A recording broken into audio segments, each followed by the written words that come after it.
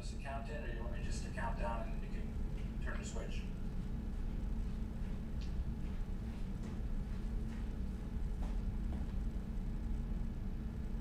You're all set to go.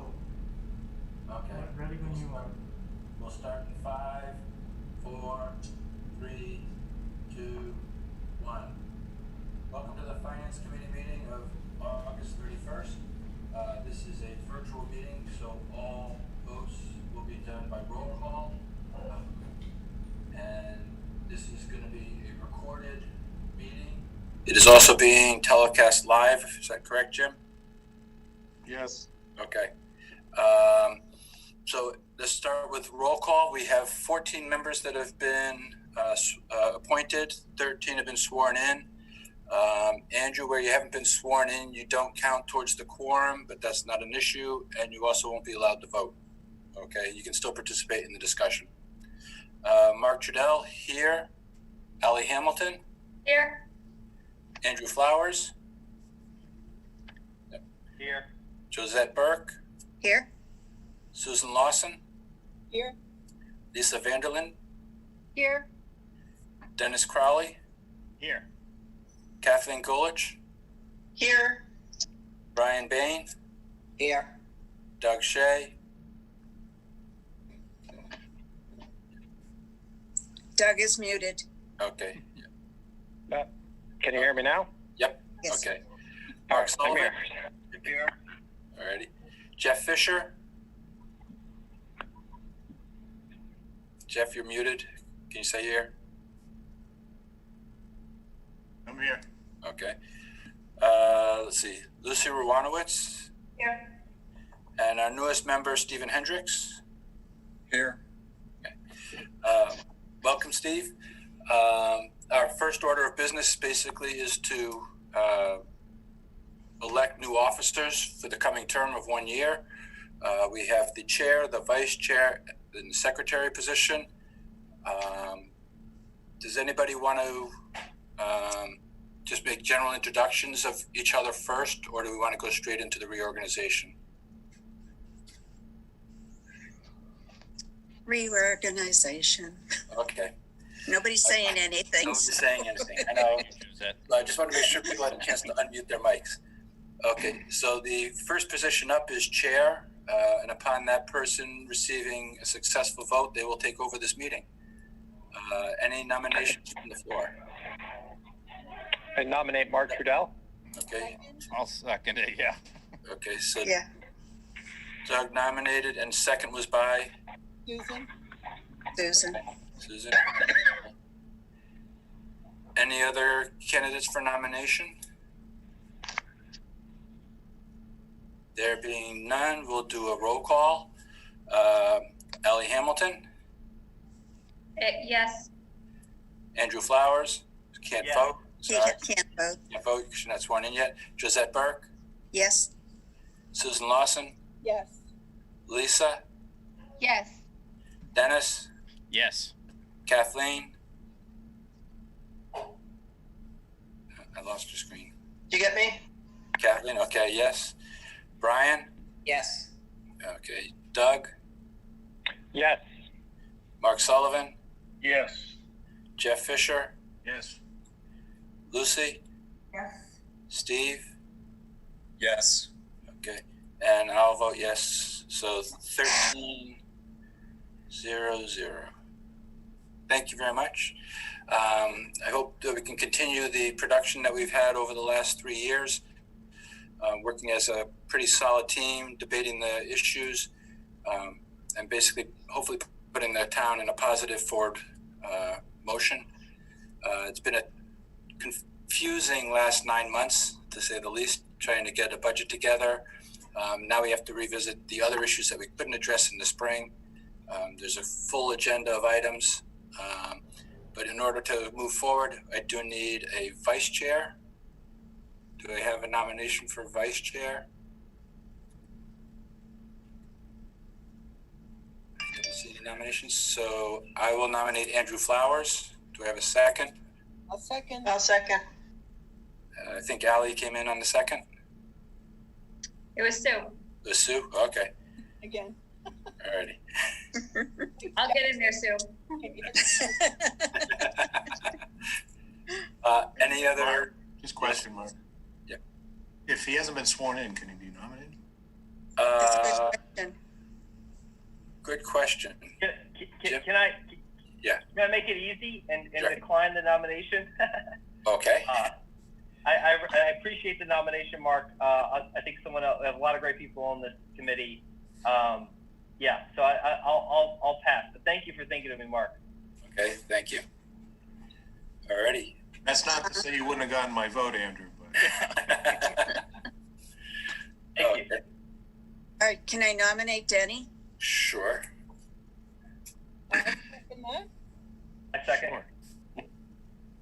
Okay. Who is my second on that one? Susan. Susan again. I heard a woman's voice, and then I heard a man's voice.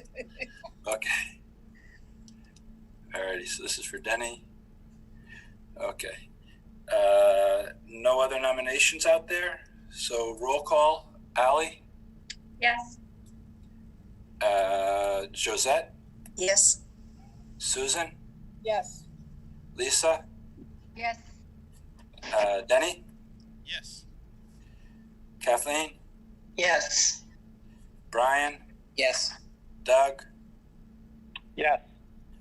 Mark. Yes. Jeff. yes. Lucy. Yes. Steve. Yes. Yes. And myself a yes. 13-0-0. Denny, welcome to leadership. Thank you. You don't sound happy. Turn your mic up. Careful Yeah, what turn one your asks mic for. Okay. All right. Let's see. Advice. Okay. Our last position is secretary. I nominate Josette. And I'll second that. Okay. Susan. And was that Denny. Denny? Okay. Josette, you want to continue on? Since Andrew bowed out, I want to just confirm. Yes. Okay. Any other nominations? There being none. Ally? Yes. Josette? Abstain. Abstained. Susan? Yes. Lisa? Yes. Denny? Yes. Kathleen? Yes. Brian? Yes. Doug? Yes. Mark? Yes. Jeff? Yes. Lucy? Where'd Lucy go? Yes. Steve? Yes. And myself is a yes, so 12-0-1. Mm-hmm. Thank you. There is another position, but last year we decided to let the representative to capital budget complete their term on finance committee without having to be renewed each year. So, Gisette, are you still willing to continue on with the capital budget for us? We've already had 2 meetings. Okay, but you're willing to continue on? Yes. I'm working next week, so I won't be there for the vote. Okay. We also have a representative on the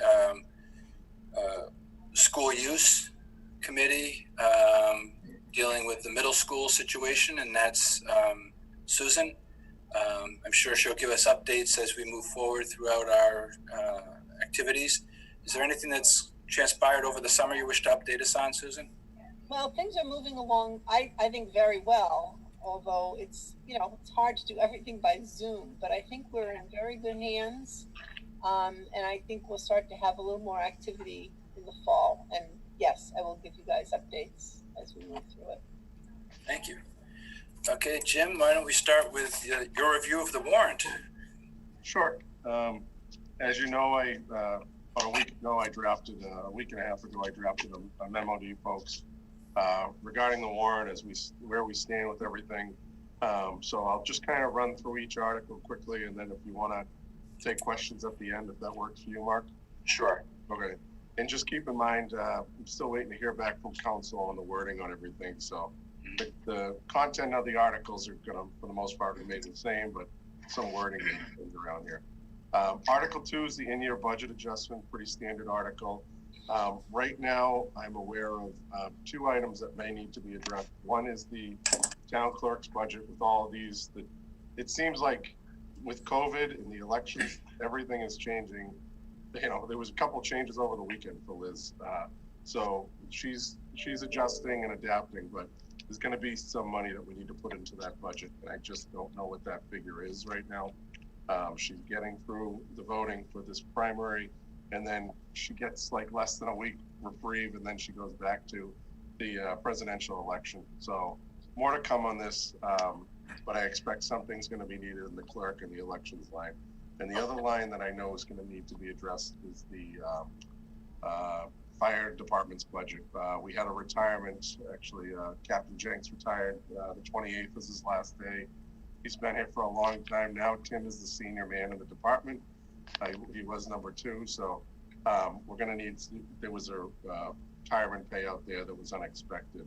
And Tim's working on getting me those numbers. So those are the two that I'm aware of, but much more to come on that. That's one of the reasons I placed that as the last item to be considered by you folks before town meeting. The next item to be considered is the salary adjustments for the union contracts and the salary schedule. Now, I'm sure we may get some questions on this. I've already had a person reach out to the personnel board. They're supposed to consider this article tomorrow night. It's a lot different than what we've done in the past. It's actually combining all of the union contracts and salary schedule into one article. And basically it addresses the salary schedule and union contracts for the next 3 years. This is different because in the past we've separated out all 7 of these items into 7 separate contracts. Before I even did anything, I checked with council. They were comfortable with it. After talking to the select board about this, they were all in favor of it. It's going to essentially streamline everything. The information's all going to be available as per the charter. It's going to be on file with the town clerk, and we're going to do everything as transparent as possible with this, but it's just more or less to streamline things and to get away from pitting one group against another group, and just group everyone in and go from there. But I think you're set to discuss that in a couple of days, and I'll put together a memo highlighting a lot of the changes there. So Articles 4, 5, 6, and 7 are the capital articles, the infrastructure, the equipment, roadways, and roadway borrowing. That is, Ed Fosberg's going to come in and discuss that. I believe they're going to be finalizing their vote. I think it's tomorrow night on each thing. I think Ed can't make his scheduled appointment, so we might need to push that out a night or so, but we'll get everything in time and ready for you folks beforehand. Articles 8 and 9 is stabilization and OPEB. Again, I'm proposing something a lot different than what we've done in the past. I'm recommending that we take just over $3.3 million, which accounts for about 3.5% of the operating budget, to be placed that in stabilization. That'll bring our stabilization number up to close to 9% of our operating. As you may expect, I'm a bit concerned with COVID and how the economy is going to react. We still don't know. And this is going to give us a nice buffer.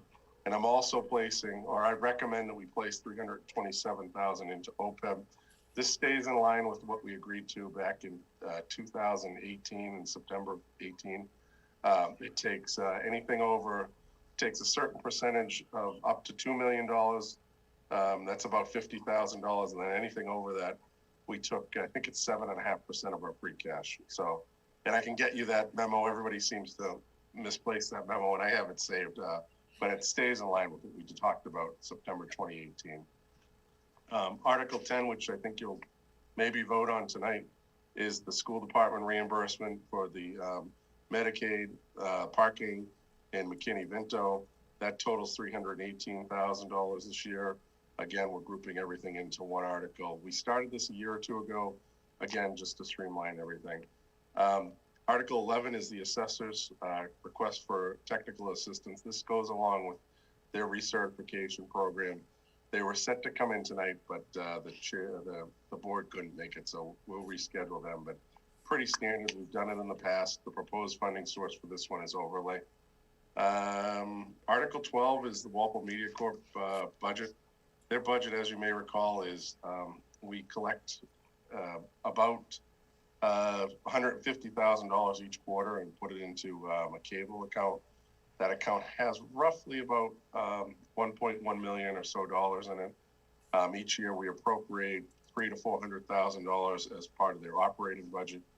Because of town meeting being extenuating this past spring, we weren't able to get to their budget, and we're going to need to get to that in the fall. And I'm sorry, their current balance as of August 20th was $1,239,000. So they have money in there. 13 and 14. Real quick on Walpole Media. What's that? Are we going to see a potential uptick in their operating costs where we're doing more Zoom meetings, trying to, handle all these boards remotely? The town's been putting the bill for the Zoom. Okay. Costs, so, yeah. And you may see some uptick. I'd like to see them bring in some more technology in the high school so we can have in-person meetings and a Zoom meeting going at the same time at the high school, but that's going to be part of their capital outlay, and I think they'll be able to absorb that within their expected budget requests. 13 and 14, this should be not new to anyone. We've discussed it now for, I think, 3 town meetings in a row. This is the inclusionary zoning and the affordable housing trust articles. These things have been vetted, beyond vetted. I've never seen an article come up so many times in a row. And hopefully it gets consideration this time, and town meeting can discuss and vote on it. And Article 15 is the street acceptances. Again, we did something differently.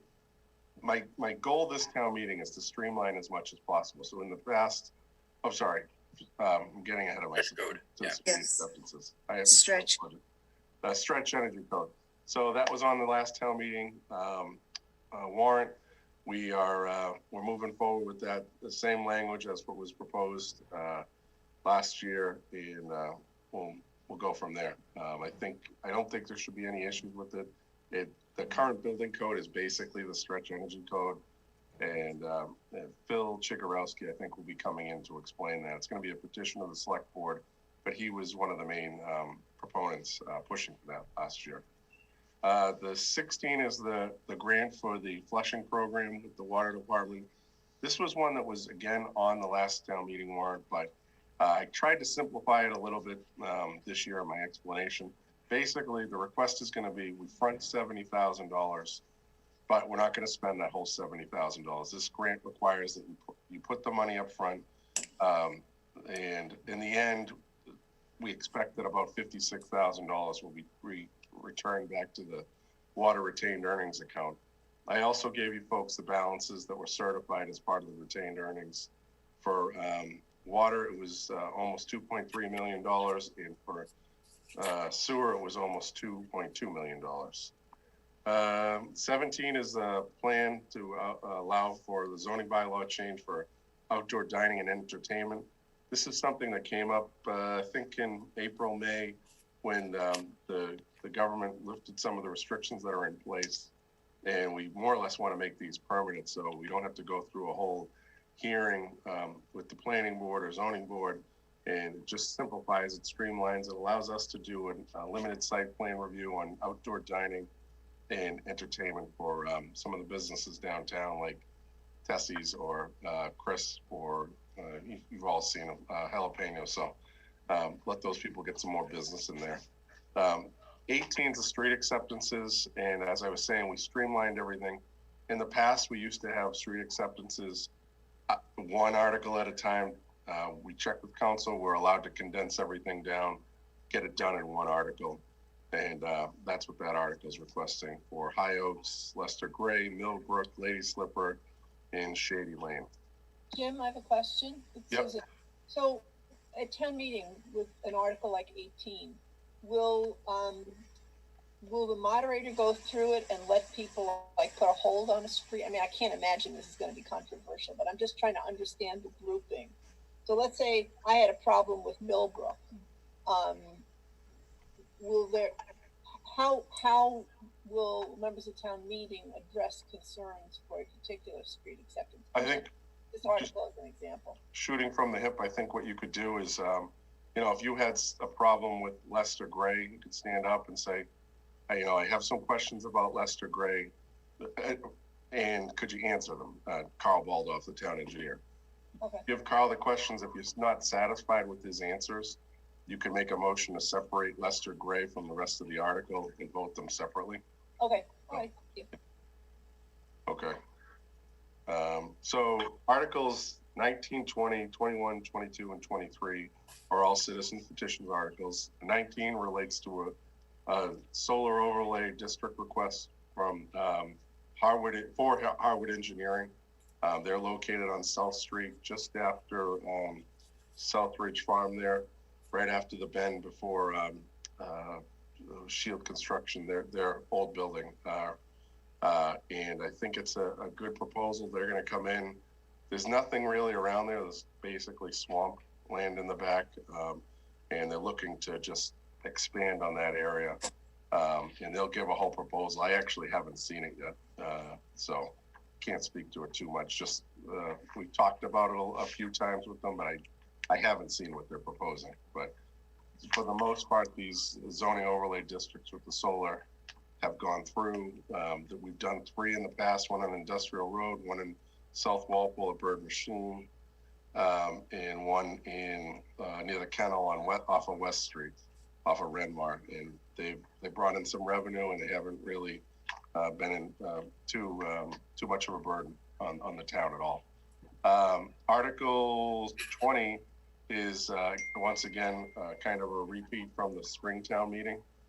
This is for the stadium parking overlay district, and unfortunately, the second part is there's some typos in there, and we can't change the typos once it's submitted. So, as the main motion, we're able to do that, but I'll work with the petitioner. But the way it's printed here is the way it is, what it is, type of thing.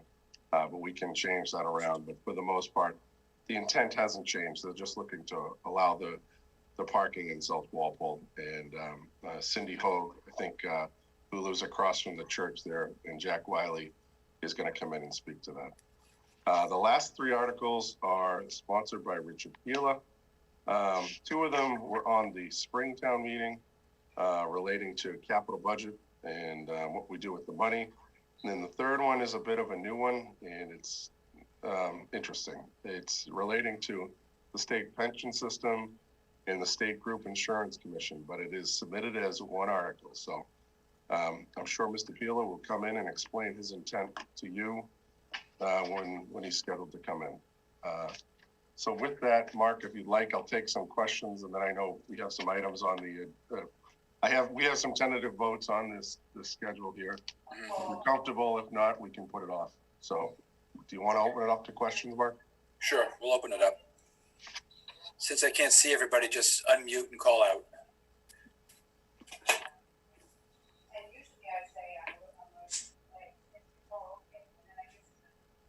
Mark, this is Mark Sullivan. I have a question with regards to the last article, Richard Pila's petition to move the pension and the healthcare.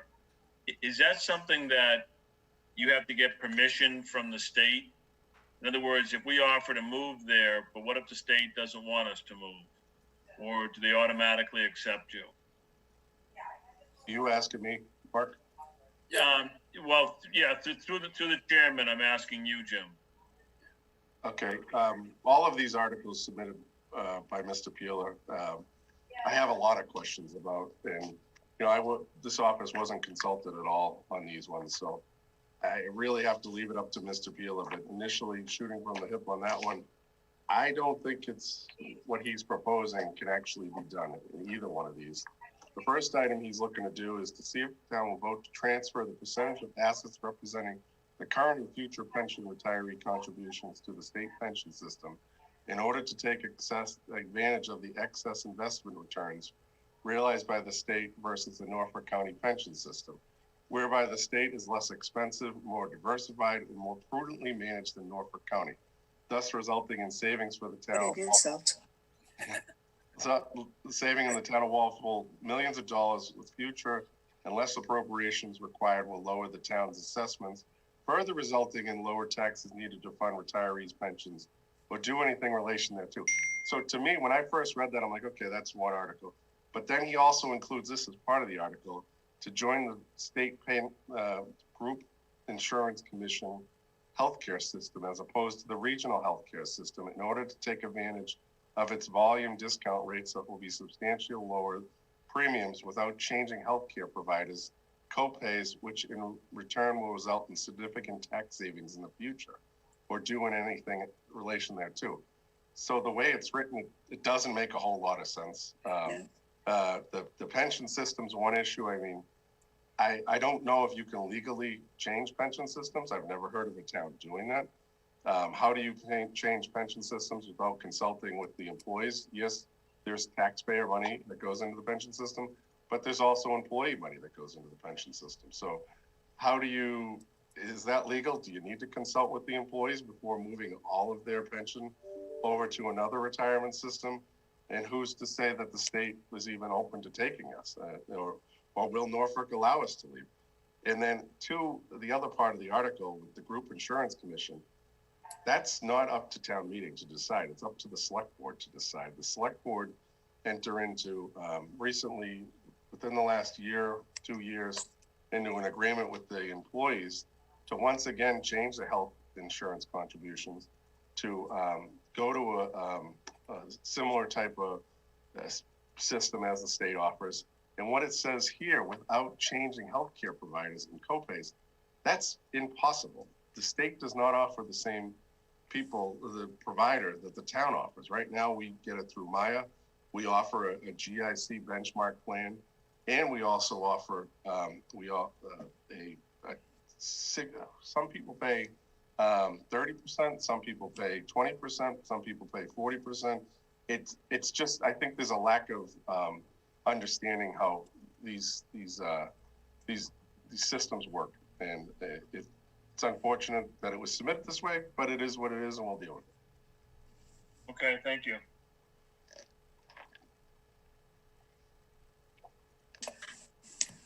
And Mark and everyone, I would point out that I added a couple things to the back. I forgot to get to this, just about the town's finances.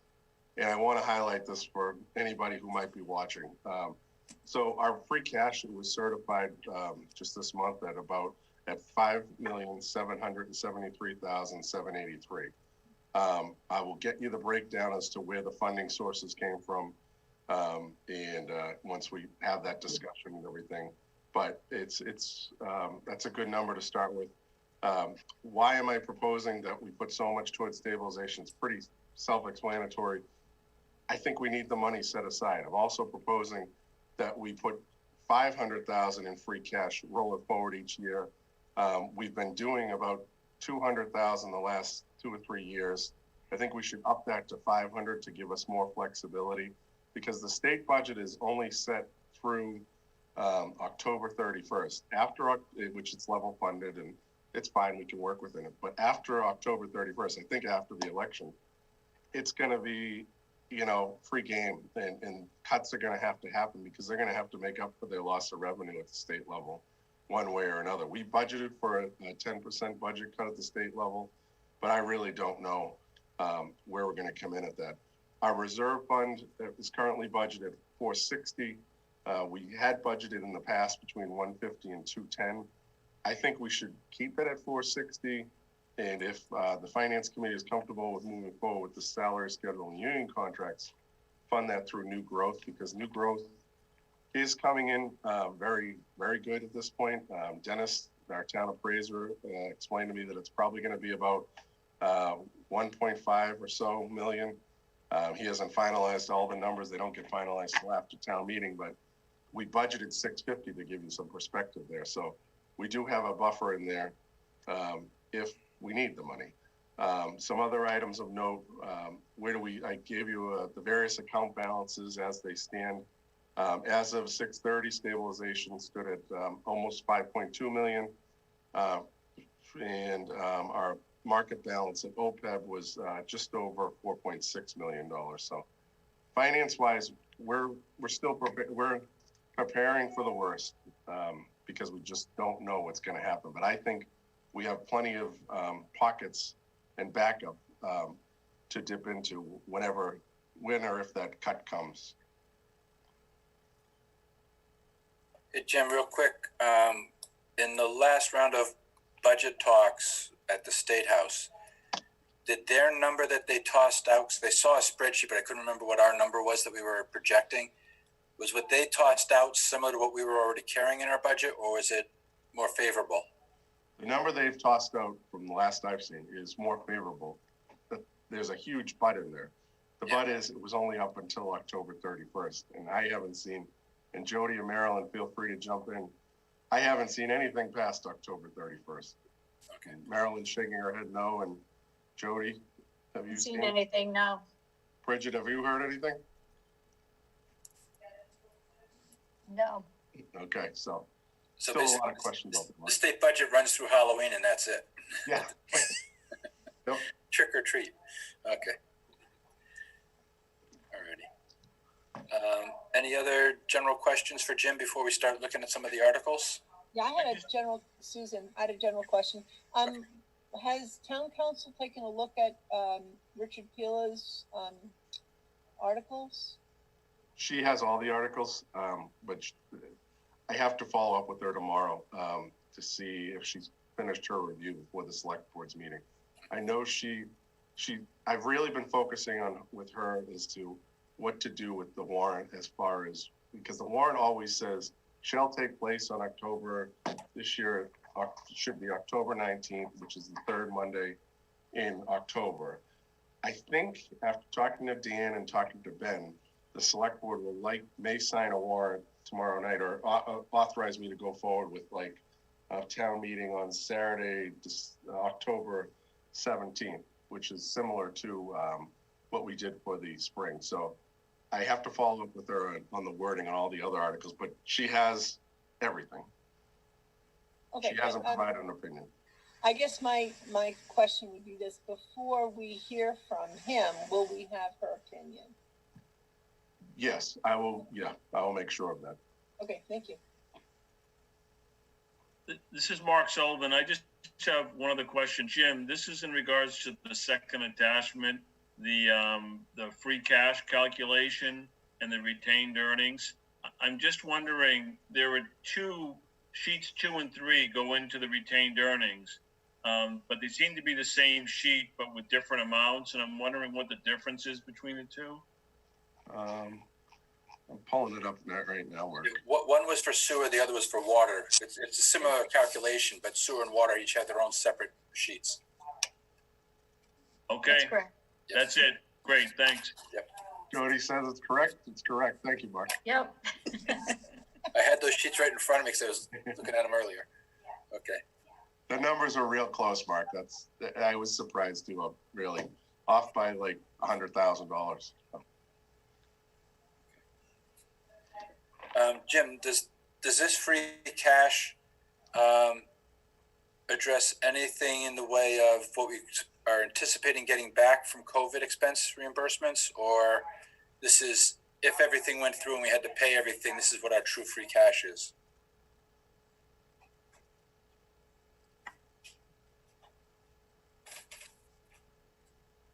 Get that, Jim? Jim? We just lost him.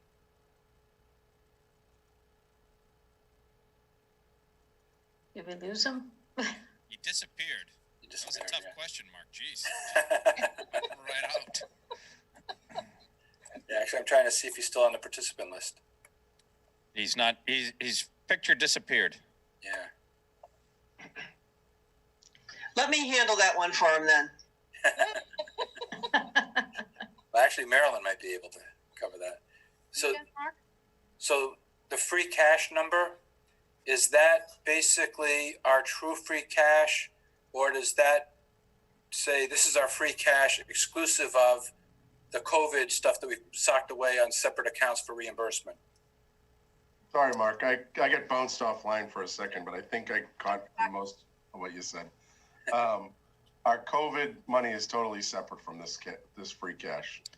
So if we get nixed on reimbursement for COVID, this free cash would potentially have to be used to cover those items? So it's funny you should bring that up. We went over this about 3:30 this afternoon. There's, what's it? 1, 2, 3, 4, 5, 6, 7, 8, 9, 10 different COVID accounts that Jody and Stacy and Marilyn are working off of. One, the big two are the FEMA money, which is, there's no limit on it. They give you back 75% of the eligible costs. We've put in through today, 372,000. The federal, we call it the CARES money, which is the big $2.2 million account. We've put in, what's that, 200, we've received $309,000, but we've put in another, what's that, 250, Jody? Does that sound about right? Or so? Yes. So our balance available, just according to my spreadsheet I'm looking at here, is about $1.8 million that we're still trying to go after.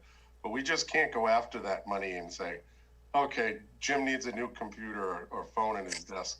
It needs to be totally justifiable. And we can't just put in for a new fire truck or new ambulance on it. And, you know, like the schools have been working to come up with all of their remote learning technology and everything else needed, but they have their own line item. That total is $797,000. And I think based on my conversation with Mike and Bridget and Jody, they're going to expend their whole $797 on technology and everything. So there's so many different pockets of money. I'm not as concerned falling short. We may fall short in a couple spots, but I think we'll make it up on, like, my COVID meetings that I had over during March, April, and May, with all the department heads that took an hour or two each time. We're going to be able to go back and recoup, like, my time, Jody's time, everyone. It was at some point, it was up to 50 people on that call.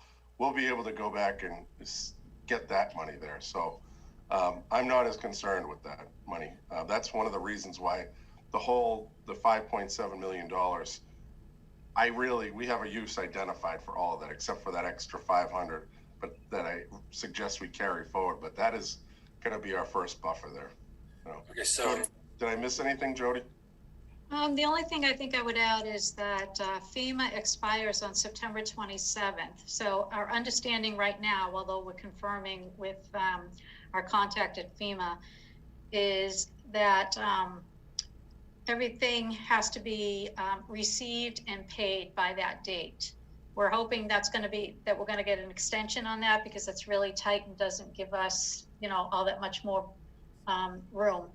The CARES Act, which reimburses about 25%, we have until December 30th. So, that one's a little bit better. But again, everything changes. So, we're hoping, especially FEMA, we're hoping that one changes. So just getting back to my original question, COVID money has already been spent, so that's already cash out the door, right? We don't have unpaid bills that we're sitting on waiting for reimbursement. We've already paid those bills, and we're just tracking that for reimbursement. So our free cash is true free cash.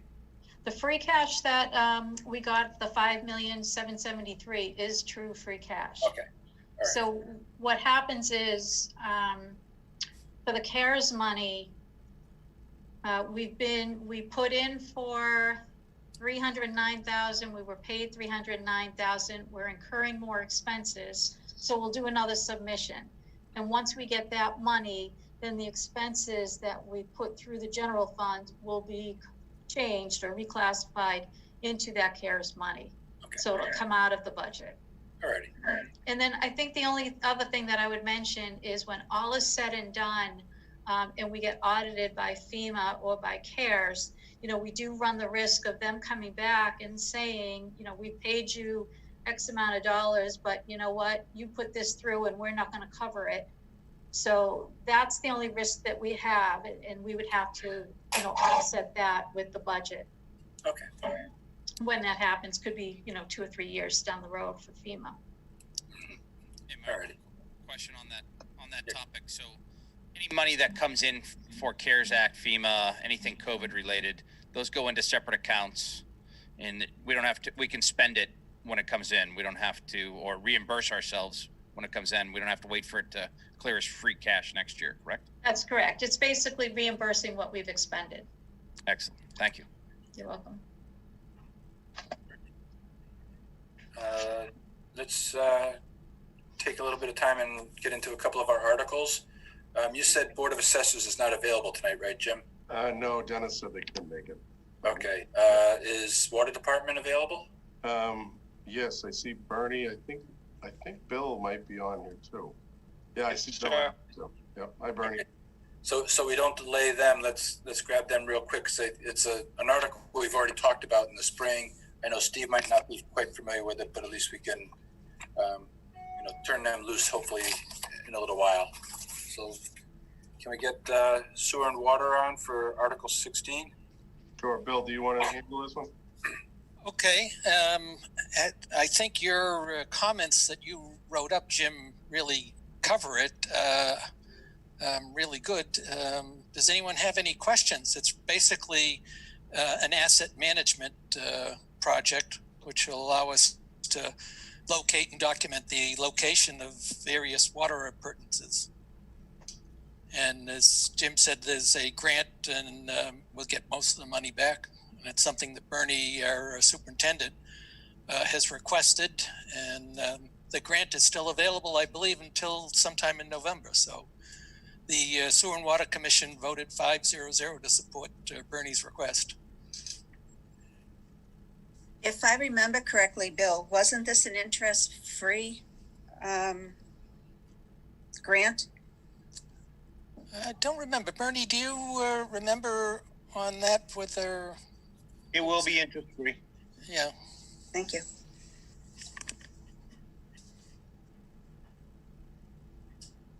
Other questions? Yeah, this one's separate from the other program where we get grants and zero interest loans. But this one is we basically just have to earmark water retained earnings in the sum of $70,000 and then get involved in the program, and they will basically reimburse us back, right? Is that correct? Correct. The other one that you were talking about that was interest-free with the MWRA Right. phase 1 and phase 2. So it's a totally separate thing. Yeah. Thank you. Mark, I know we had spoken about this. I know Bernie was in prior and spoke. Did we vote on this prior, or we just were informed and chatted about it? I believe this was one of the two articles we actually did vote.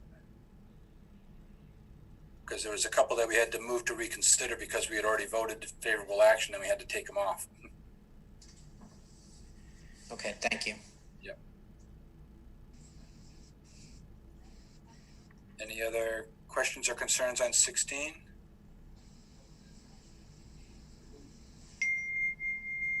Do I have a motion to move forward on 16 for favorable action, or do we want to table this for another day?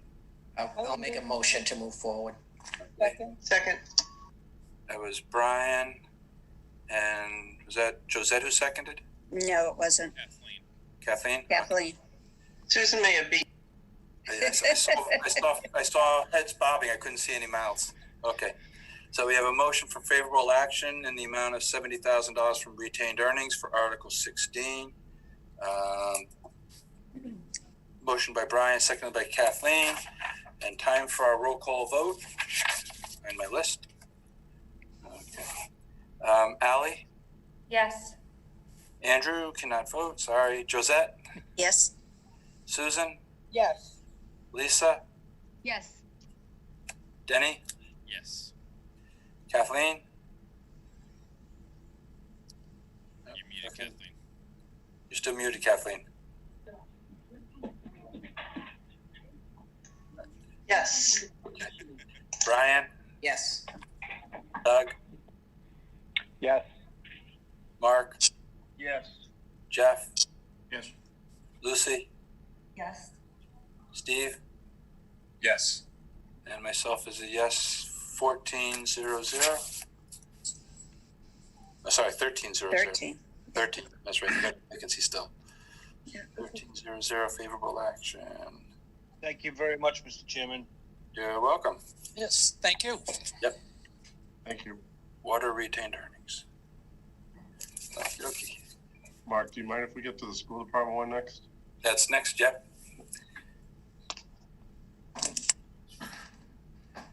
Okay. So, as I stated, this is kind of a standard article that's been here going back to when I was the assistant under Link.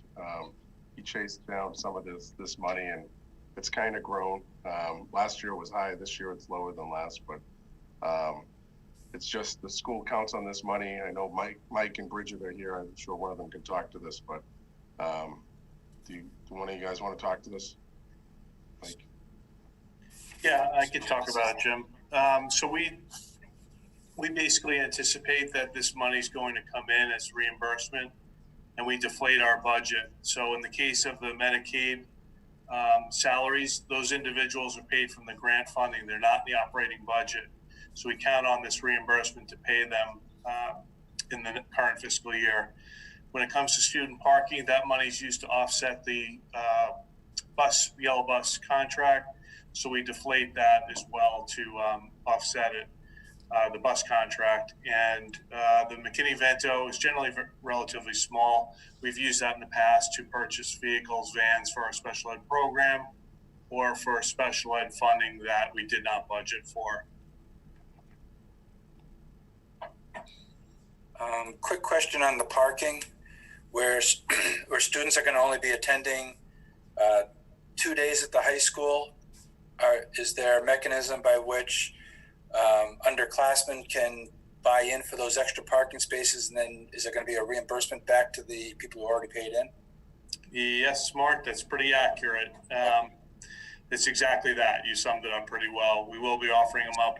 We're call it double selling. We're selling the spots twice because of the attendance and the practice, opening it up to juniors, which we haven't been able to do in the past. So you are correct. Okay. Alrighty. So basically that's still going to be a level funded line item. It's just going to be spread over more students. Hopefully, but I think you're pretty accurate on that as well. Alrighty.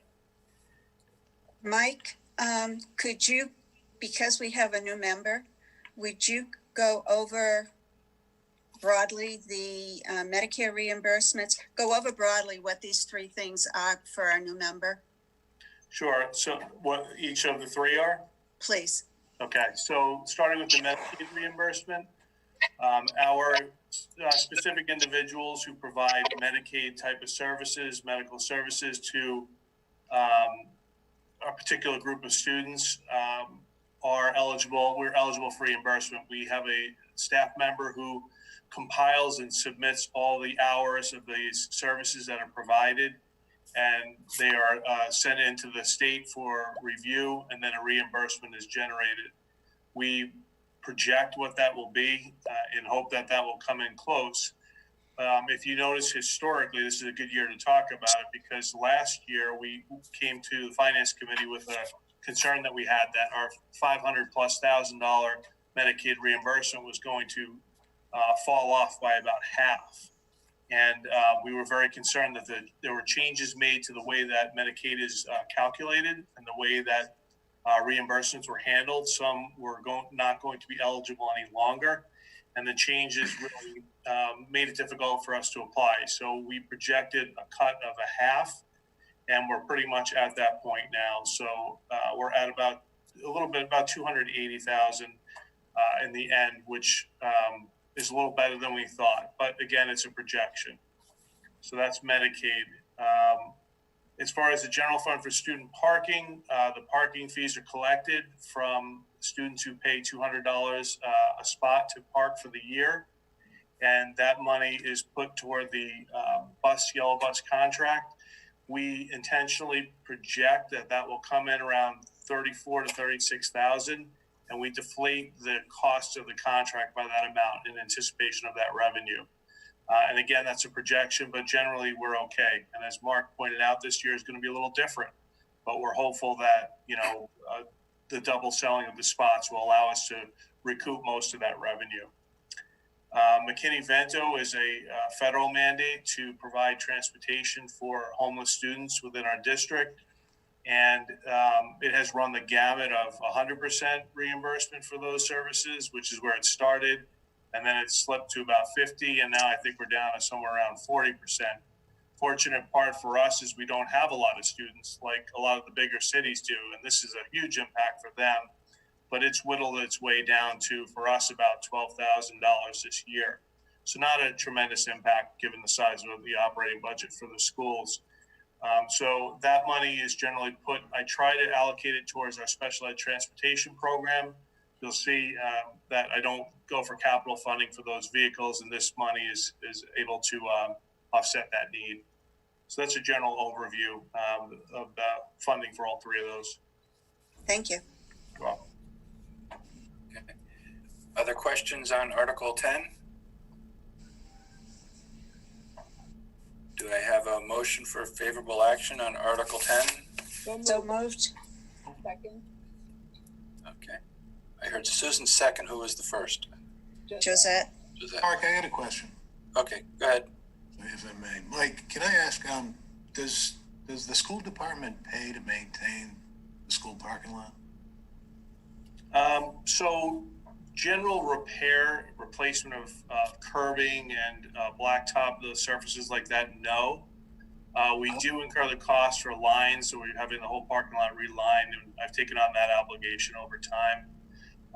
But no, the town does generally maintain our parking lots across the board. Plowing? Plowing is the town as well. Yep. It doesn't make sense to me that it's a revenue stream for the school department when it's maintained and owned by the town.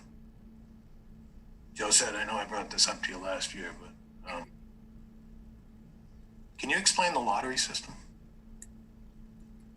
So for how students get their spots, I mean, generally, you can call it a lottery system, but generally the seniors all get a spot if they're interested in a spot. And then if there's still spots available, a limited group of juniors will get those spots. But the only way to fairly allocate that is to put it in a lottery system and leave it up to that method to choose the juniors to get the spots. I don't know at what point in time that we started charging students to go to school, but was it to relieve congestion or was it truly to generate revenue? I couldn't answer that. It goes much further back than historically. I can tell you though that it goes directly towards offsetting the yellow bus contract.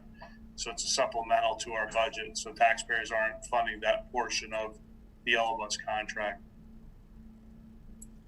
Through you, Mr. Chairman, if I may. Go ahead. Hi, Bill Buckley, Vice Chair of the School Committee. It's my recollection that when we built the new high school, we added a number of spaces for students with the understanding that it would in fact generate revenue for the town as a whole. But if I recall, there was a significant outlay of additional spaces that students could partake in. I can kind of picture now there was like the tennis court further back and they kind of redid the entire plant, but that was my understanding from way back in the day. Thank you, Bill. Denny? I'll just add if we're going back now. Denny, having trouble hearing you. You can't hear me? There we go. Better. Going back about 35 years on memory here, so bear with me. But I think they were charging back in the 80s, less parking spaces, but that's my recollection. I could be wrong on that one, but I don't think this is a new phenomenon. I know the 90s weren't charged. They weren't charged in the 90s? Then I could be wrong. It's my recollection, but I You're could both be very dating wrong. yourself. What about the 70s? Anyone throw in the 70s? Come on. Mark, this is Nancy Gallivan. Can I add a few 2 cents? Yes, do. I think that when we started charging for bus transportation, some members of the town meeting and the school committee and the community at large felt like if the people who can't afford to have a car and therefore were taking bus transportation to the high school had to pay, let's even it out and have the people who are driving also share in that cost. I think you could argue that one both ways, but the other piece to keep in mind is that the town indirectly bills the school department for things like plowing and maintenance. So in other words, those costs don't immediately go to the town department, but the costs of things like plowing and the maintenance are built into the indirect costs that get billed to the school district, if that makes sense.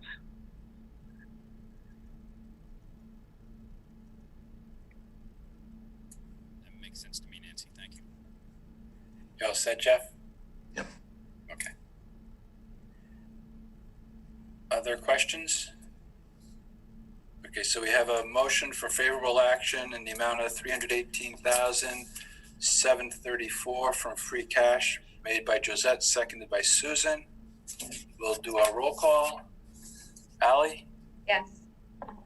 Josette? Yes. Susan? Yes. Lisa?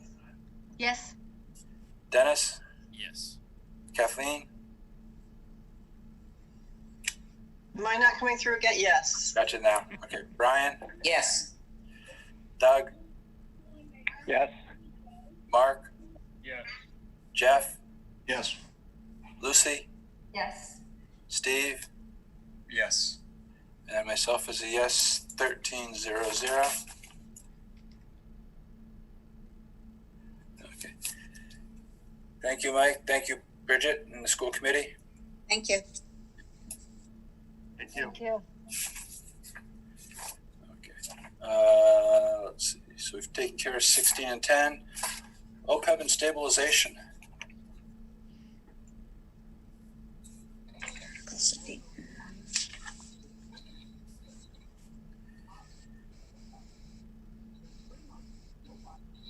Jim, on the OPEB. Yes. If we move forward with the OPEB, is there a requirement that we pay the money immediately into the OPEB trust, or is that something that we can kind of like hang on and make it more of a, if the state comes back after us and we're going to be $1 million short, we use up our reserve fund, we use up our free cash, and we reduce the OPEB by not I asked this last year of town council when we started putting stabilization and OPEB as part of the budget. So I'll give you my thoughts on this and then we can talk a little bit further. So I think once town meeting takes an action, and let's say you want to put this $327,000 in stabilization, you can't really undo that action for the most part. And Marilyn and Jody, feel free to jump in if I'm off base here. But if I understand, a couple of select board members came to me on the side and separately and asked, what if we just didn't do anything for stabilization and only did OPEB? So I thought about that idea, but right now I said, let's stick with the plan unless FinCom tells me otherwise. And so I'm more than flexible on this one. If you think the money should all go into OPEB, take that extra 327 and put it in there, that's fine. I think the bond rating agencies will look favorably on that, but they always ask us the question now when we go out in our interview, what are you putting in stabilization? What are you putting in OPEB? I think our stabilization, I want to get to that AAA rating. I think if we put this much money in there, it's more of a good faith showing if we put a little bit of money in stabilization. But Marilyn, am I off base with that? Once we take a town meeting action, can't really undo it. So can you think of a way to undo it? No, other than another town meeting. But if you voted to put it in, I'm obligated to put it in the fund. But once you put it in, you can't take it out, right? Take it out, right. Yeah. But I mean, it's like if we came to town meeting in May and we were short, but you hadn't made the payment yet, could we address it like, an unused budget item that we can turn around and reverse our action? So what you're saying is you want to vote it in November, but not to fund it until May? No, just don't make the payment Right. until we know we don't need the cash anymore. Can't hold on to it, in other words. Okay. Yeah. Okay. So we can't sit on the cash until a point in time.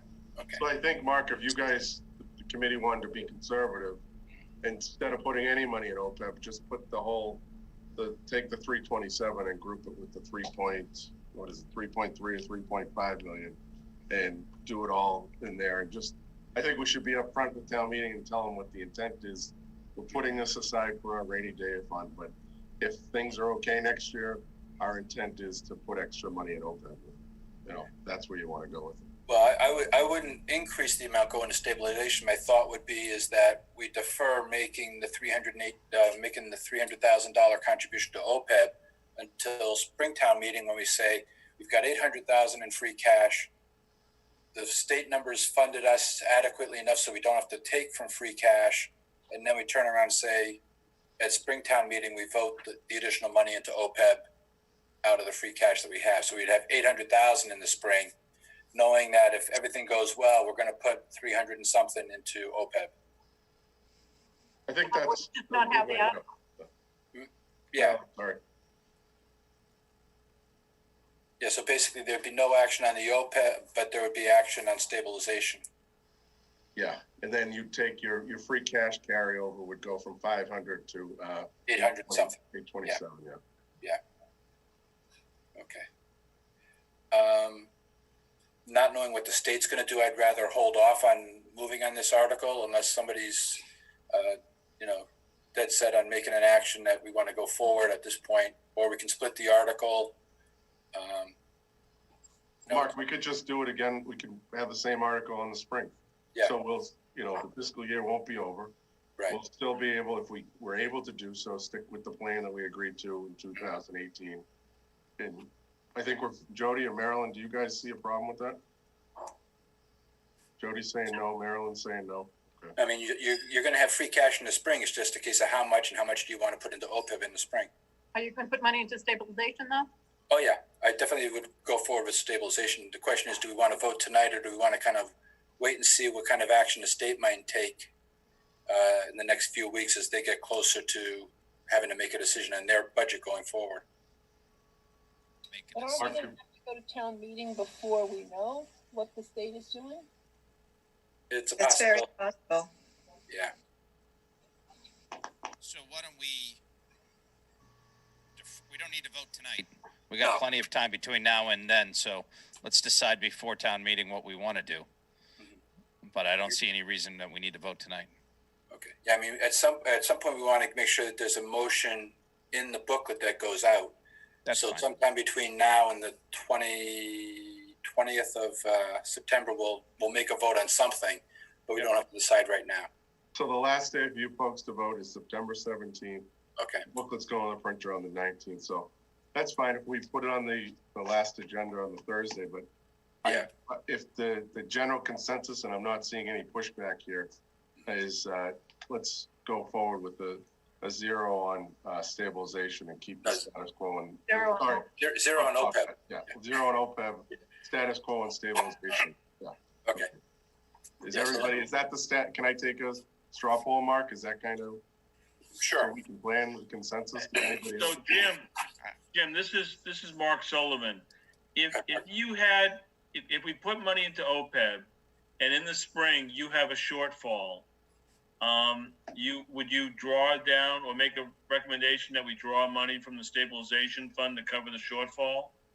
So if we have a shortfall in the spring, my first source would be to go to, before this discussion, it was 500,000 roll forward. So go to that 500,000 and roll forward in free cash money. And then stabilization, really the last line of defense. What accounts can I drain down? Which ones, maybe insurance is trending well. And we might not need it. So free cash would probably be second on the table if I was picking and choosing right now. I'd see where insurance and some of the other lines are trending first. Right. I guess, so my concern on this is that OPEB has been kind of a battle for the town. And now we've got 3 or 4 years where in the fall and the spring, the town is putting money aside to meet its OPEB obligation. And I'm a little hesitant to, go back and say, well, let's not fund OPEB because we may be running into some financial issues. You know, why pick on OPEB? Why not pick someplace else and defray spending money there? So I'm just concerned a little bit about setting a precedent that whenever the town has a financial concern, OPEB is the first one that we don't fund, where, you know, it's a constant obligation, it's not going away, and we need to keep funding it. So that's my 2 cents worth. I'm just concerned about not continuing the program we have in place, funding it each town meeting. This is It's like 50,000. It's a good faith attempt, whereas the conditions this year are so bad, just to put something towards it. I tend to agree with Mark's comment. I think we can have this discussion over the next few weeks and bring it up before the 17th. I think we should be putting some money into OPEB. What's the right amount? And probably time do a little research and have those conversations off, come back in another meeting or two. I saw Susan is trying to jump in.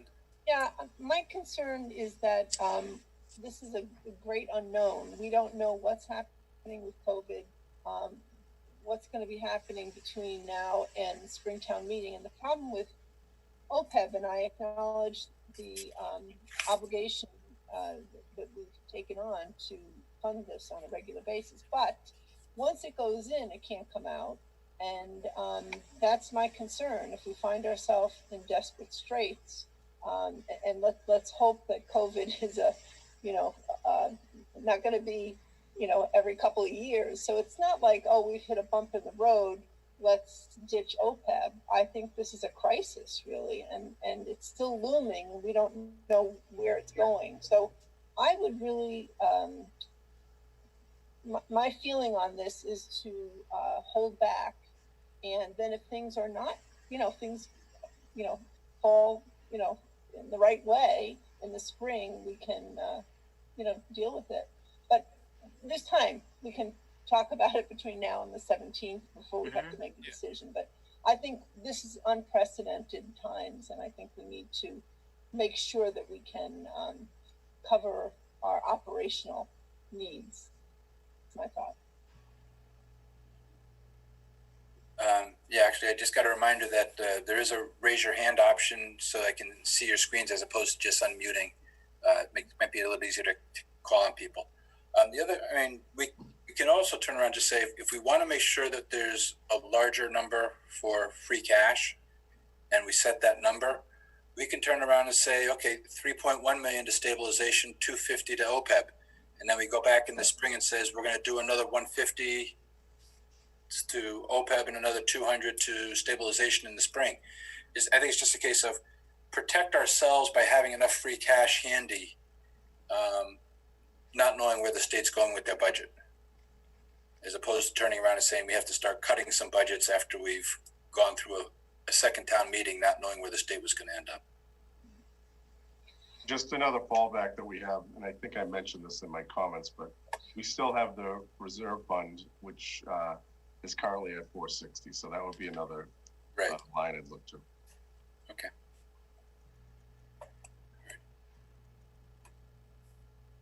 So Mark, you want to table this one and we'll get to it? Yeah, we'll put it on for the 17th. Yeah, okay.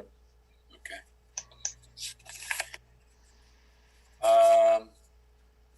See, so for Thursday night, you said capital budget may not be ready for Thursday, Jim? Yeah, so what we're looking at on Thursday night is the employee contracts and pay schedule, which personnel board set to meet tomorrow night to talk about this pay schedule. The select board's already approved all the contracts, the MOAs. So I'll have a memo by tomorrow night for you folks. Street acceptances, Walpole Media Corp's on there. I just sent Eric Kraus, the chair, a note reminding him of that. And I sent Phil Chigorowski a note to see if he could come in to talk about the stretch energy code, just so we can keep things moving along because the time frame's so tight. And of course, we lose Monday night with the holiday. So, but I'll have something prepared for those articles. Okay. If we can move Article 15 to this Thursday, are you looking to get the Board of Assessors in on the 10th? Yeah, I got to talk to Dennis and see when they're available, but if I could get them in on the 3rd too, I'm going to try. I want to see what Jack's availability is like also. So okay. I'll put a note to myself here. Okay.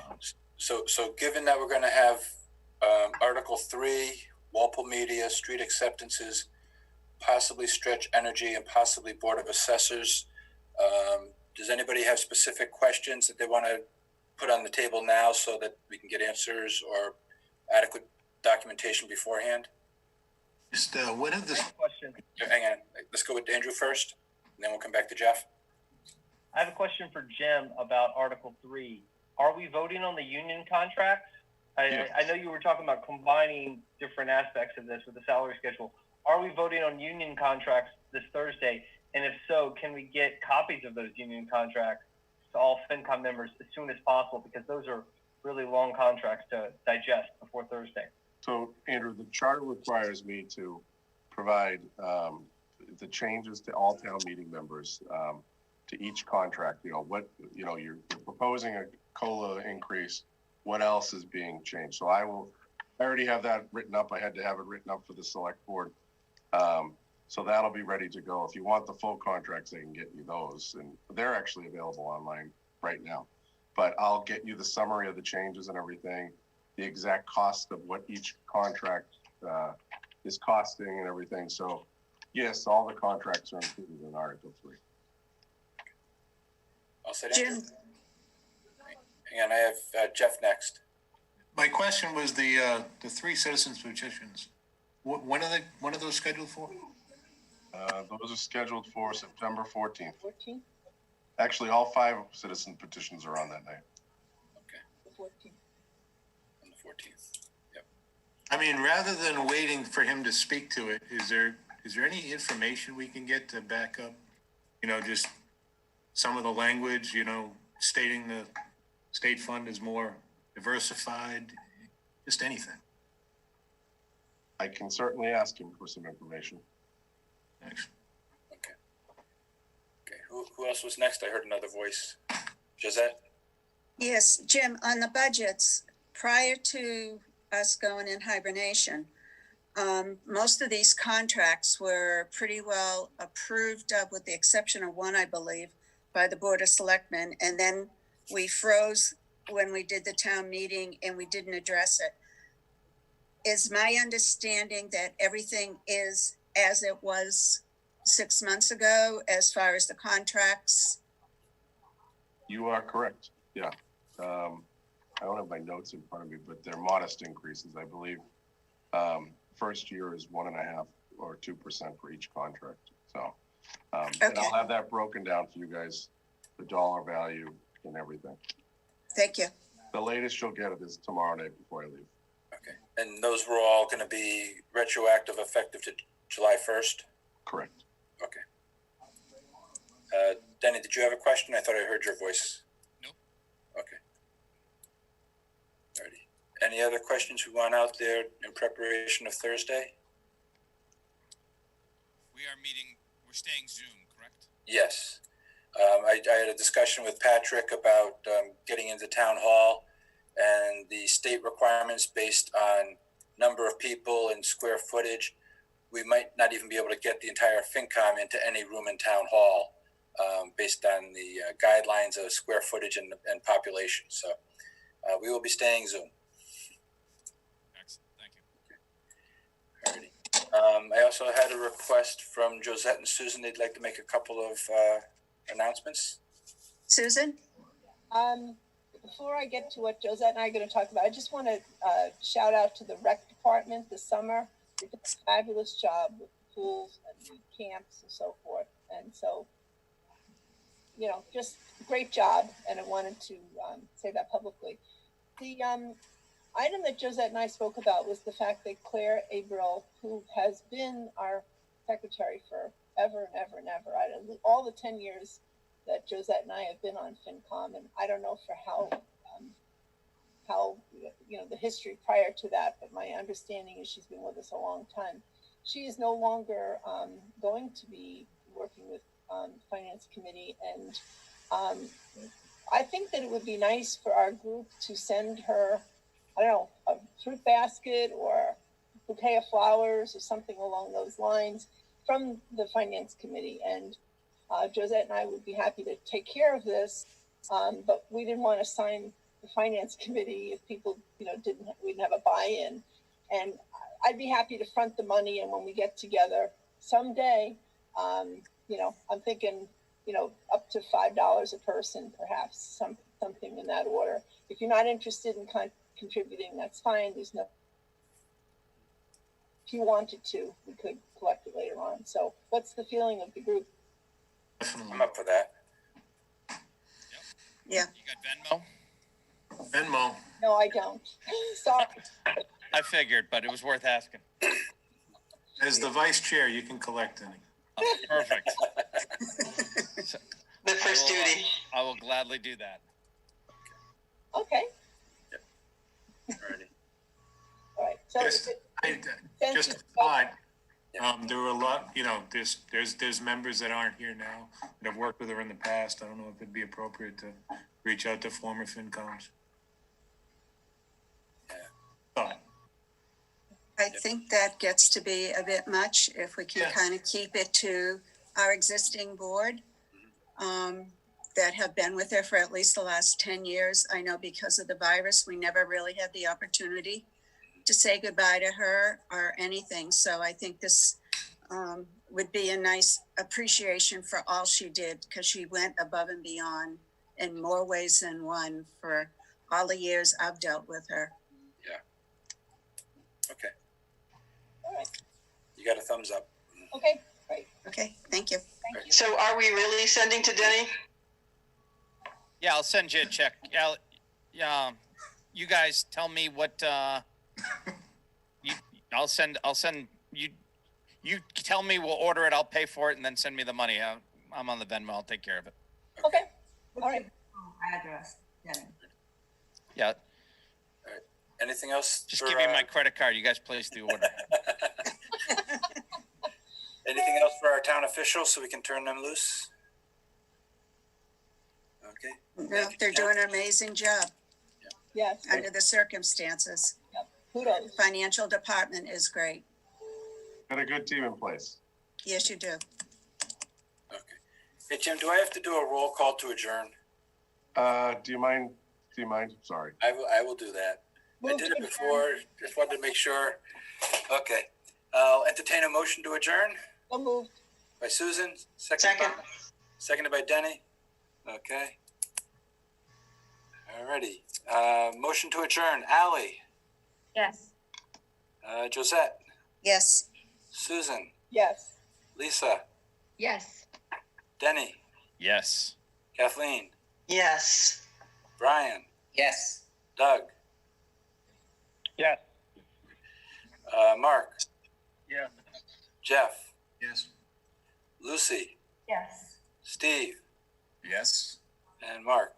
It's unanimous. Okay, Jim will send out a new Zoom link for Thursday's meeting. Thank you, everybody, for attending, and look forward to a busy September. Thanks. Tomorrow. Thanks. See you guys. Oh, yes, don't forget to go to the polls. Right.